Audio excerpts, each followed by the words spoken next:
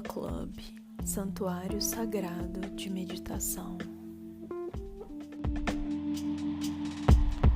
Vou te trazer em profundidade o conceito de meditação, como fazer, por que fazer, de onde que veio, para que você compreenda a fundo. Então vamos lá. Eu vou colocar aqui do lado um slide para ir passando, para você ir acompanhando comigo, para que você entenda de onde veio essa meditação. Preciso que você volte no tempo comigo. Muitos e muitos anos atrás, quando foi escrito um documento chamado Yoga Sutra de Patanjali. Você sabe que eu tenho uma formação em yoga e a partir dessa formação em yoga eu estudei muito o Yoga Sutra de Patanjali. A meditação que eu ensino para você, ela veio daqui. Este é o documento original no qual eu trago para você a base da meditação que eu vou te ensinar a partir de agora. A gente vai falar sobre a época da história da Índia. A Índia, ela tem uma história muito antiga. Só que não tem como a gente pegar documentos muito antigos com a data original que eles foram escritos, porque eles não eram assinados. Então, os historiadores que estudam a história da Índia, eles estipulam mais ou menos quando que os documentos são escritos, de acordo com várias questões, mais ou menos quando que aquela pessoa estava viva, o que aconteceu na vida dela, ela é contemporânea a quais outras pessoas importantes, para que eles comecem a criar essas relações de espaço-tempo para definir a data dos documentos. Mas existem muitos historiadores que dizem que foi em 400 antes de Cristo que esse documento foi escrito, outros já dizem que foi lá para depois, 100 ou 200 depois de Cristo. Então eu criei para vocês uma lacuna de tempo que é de 500 antes de Cristo a 200 depois de Cristo, é quando esse documento foi escrito, nós não temos a data real. Mas ele foi escrito por um sábio indiano chamado Patanjali. Patanjali é considerado um rishi. Rishis são pessoas da Índia antiga, consideradas pessoas de grande sabedoria. Eram seres iluminados, seres que, de acordo com a sua vivência, a sua experiência, o seu karma, adquiriram um conhecimento elevado sobre vários aspectos acima da média da população. E a partir disso eles escreveram textos considerados sagrados, eles criaram culturas, eles criaram rituais, eles criaram várias questões ligadas à espiritualidade, a como as pessoas naquela época conseguiam ver o cosmos, como ela entendia o cosmos interior, o cosmo exterior. Eles explicavam questões de astronomia, eles explicavam questões dos planetas, de como as galáxias funcionavam, às vezes de forma muito abstrata também.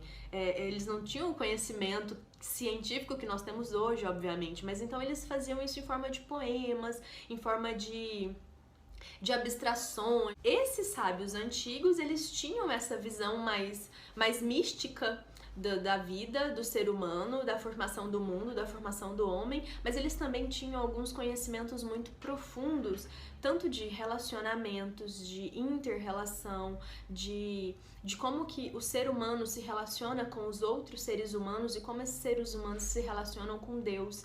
Então todo esse início de cultura espiritual, de cultura de até mesmo de sabedoria humana, científica, de saúde, de como viver bem, de como ter saúde mental, a gente vai falar muito sobre saúde mental, saúde física, todos esses todo o início da sabedoria indiana foi, de certo modo, escrito por rishis, pessoas de grande sabedoria, e Patanjali era um desses rishis. E desde tempos imemoriais, os rishis já existiam na Índia, muito antes, até mesmo 1000 antes de Cristo, já existem alguns dados de historiadores que dizem de alguma questão ou outra desses iluminados na Índia. O que impressiona, além de tão antigo e conservado até os dias de hoje, nós temos o Yoga Sutra de Patanjali, quase o original.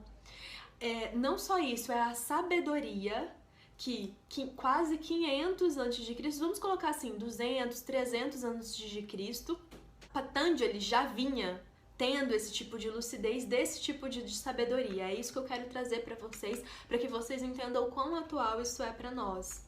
E a meditação, ela é basicamente tudo que está ali no Yoga Sutra, vocês vão ver. O que é esse Yoga Sutra de Patanjali? Ele foi um compilado de textos sagrados.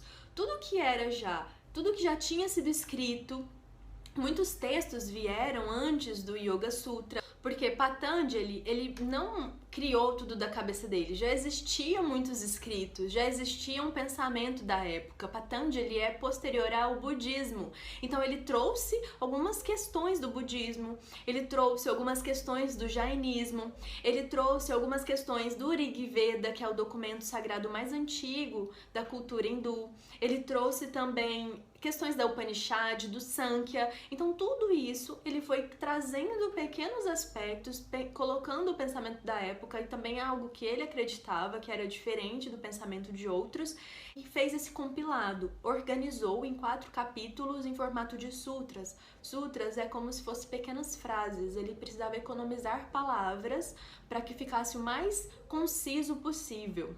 Então, esse pensamento do que era pensado, do que era vivido, do que era discutido, do que era experienciado por aquele povo, por aquela época, que era uma época extremamente rica da cultura, desse florescer espiritual que veio do hinduísmo e chegou até nós aqui no Ocidente. Tudo isso foi colocado, compilado no Yoga Sutra de Patanjali, de forma extremamente resumida. Ele sistematizou o pensamento da época, tornou o pensamento da época em formato de sistema. Sistema é algo prático e palpável, que você pode aplicar. É como um método. Então, o Yoga Sutra de Patanjali poderia ser traduzido como um método de fácil aplicação do pensamento espiritual daquela época, da época ali do surgimento do budismo, do início, pensa isso, do início do surgimento do budismo, do jainismo, do início da cultura espiritual da tradição hindu. Voltando mais ainda no tempo, as primeiras escrituras sagradas antigas da Índia foram escritas por volta de 4.000 anos antes de Cristo. 4.000 antes de Cristo. No nosso tempo atual, nós estamos no ano 2000 depois de Cristo. Pensa quanta coisa aconteceu na história em 2000 anos depois de Cristo.